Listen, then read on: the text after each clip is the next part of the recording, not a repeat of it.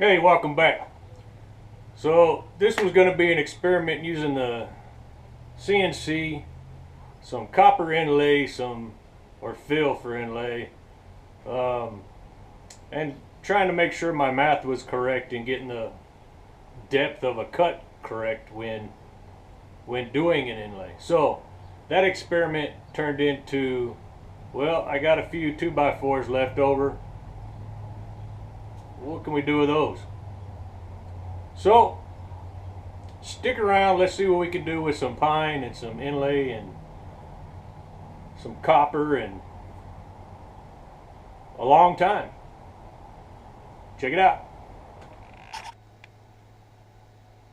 Got a sacrificial board on top of my sacrificial board on the CNC.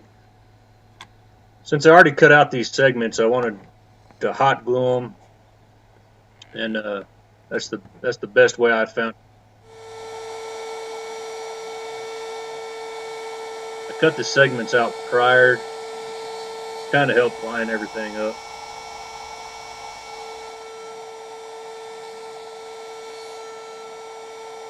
I've got 8 pieces cut out. Takes a little while. Now for 4 of the pieces, which is going to be the Zia symbol, you can see I'm sanding down the copper rod, catching it in a cup. Then you fill that with some epoxy to fill up the Zia symbol. All the symbols filled with a variety of flavors, and now just gluing it together.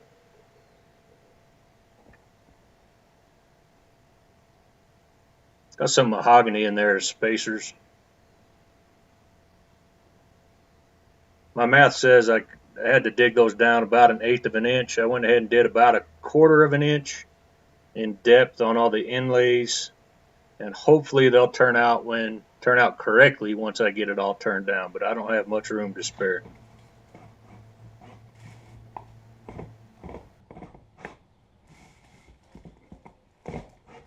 All right, so just got this glued up. Haven't decided whether I'm going to go ahead and go full bore and make all the other rings to match, or mount this on something, turn it just to see how it comes out. Um, so we'll have to see how that goes. I'll make the mind up by tomorrow when this sets up.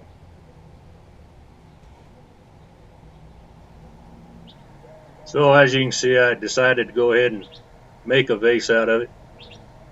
Got 7, 8 rings glued up. I got to take time to flatten one side of each ring. As you can see there, I putting some spacers on the back plate to help hold it centered. Like I said before, there's not a whole lot of room for messing up when it comes to that feature ring. So I got to make sure everything's as center as I can get it. In order to help with that, here I'm turning the base ring down, round. Kind of helps with measurements. And then I'll move to the front and get that flat.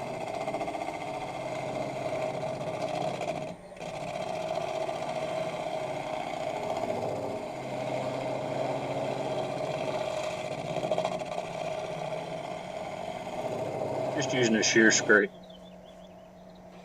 Now with a big sanding board, gonna flatten her down even more.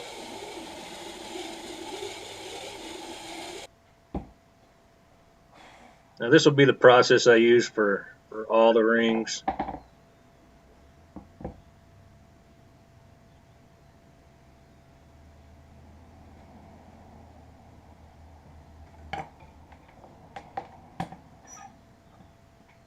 You've seen my other segmented videos. You know I don't usually use little glue blocks, but they sure do help when you're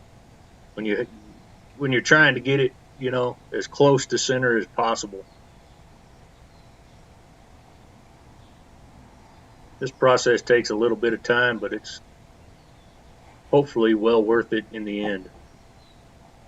And this is by far the biggest segmented vase I've attempted to this point.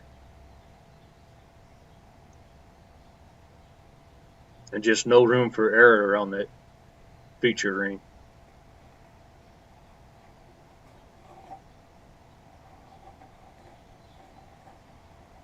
I've been playing with this for, I don't know, about 3 days at this point.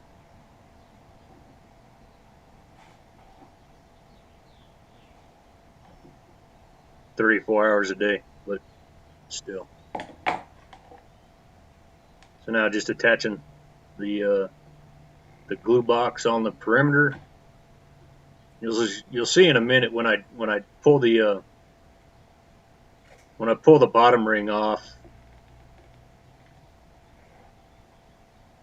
The spacers really help keep it in line. And then I can just glue it, drop it back on, and when I put my weight on top, it doesn't slide around either.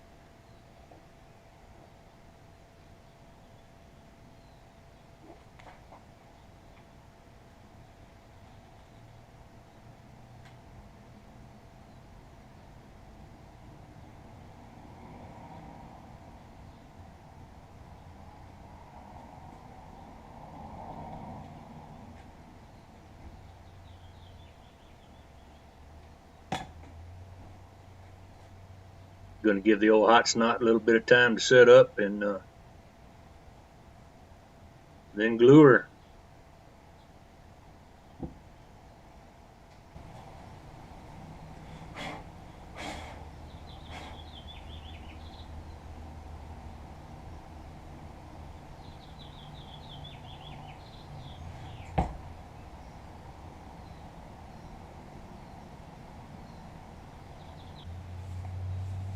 So like I said, this will be the whole process, or this will be the process for all the rings. Probably won't show again until I'm turning the feature ring down.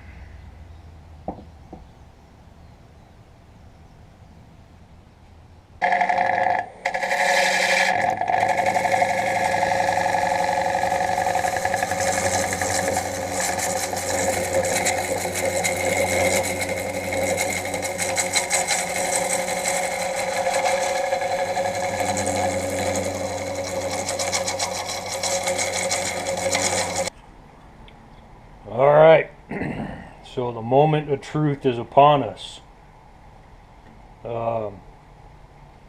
As you can see, I got most of the rings done, kind of rough to shape. Did everything as centered as I could, since there's not a whole lot of room within my little designs. So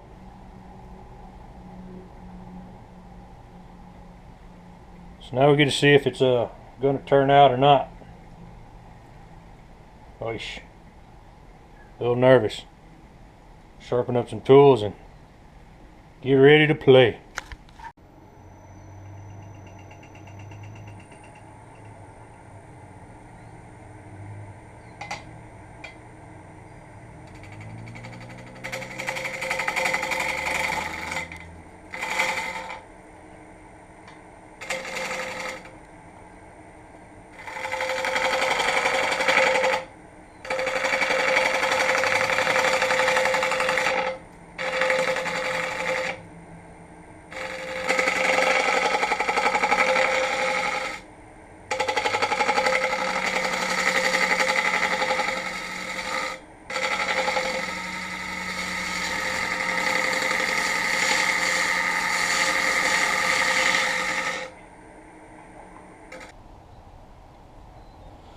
Alright, well, I got a few holes, a few air holes here. That one's still not down all the way. I'm not real worried about these little holes. These copper holes I'm going to try to fill in. So, before I go any further, I'm going to try that. Well, we're getting there. As you can see, still have a few more rings to go.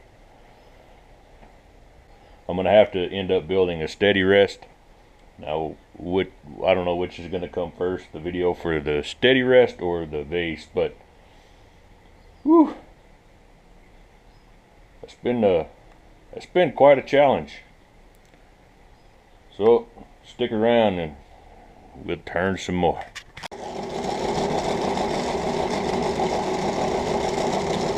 Steady rest needs some help, but it's a hell of a light show.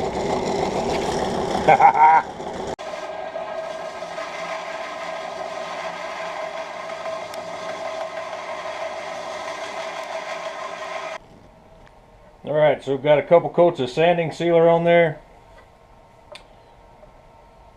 Copper stands out pretty well. Pretty nice finish. Going to put a couple coats of urethane on there. Flip it around and part it off. Hopefully don't tear anything up.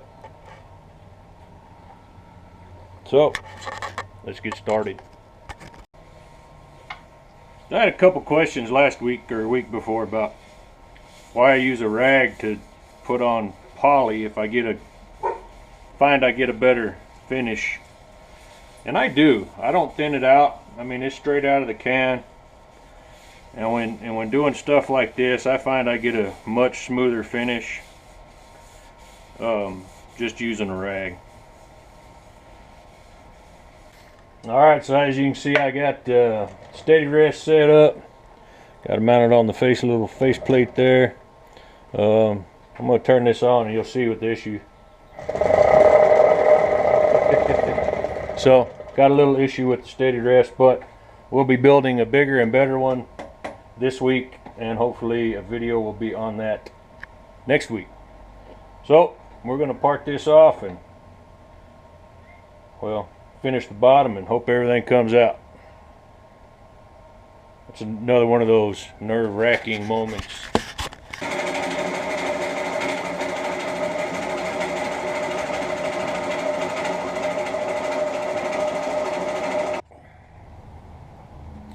Well, there she is.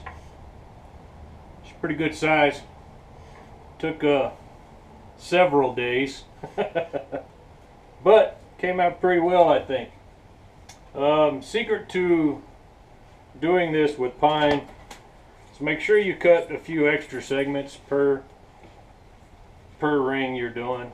That way you can pick out anything that's not good, if there's a split on the inside or whatnot. So it's like I said, it's pine and mahogany. Got copper, turquoise, and beak. So, hope you enjoyed. Be sure to like, share, and subscribe. And as always, have a wonderful day.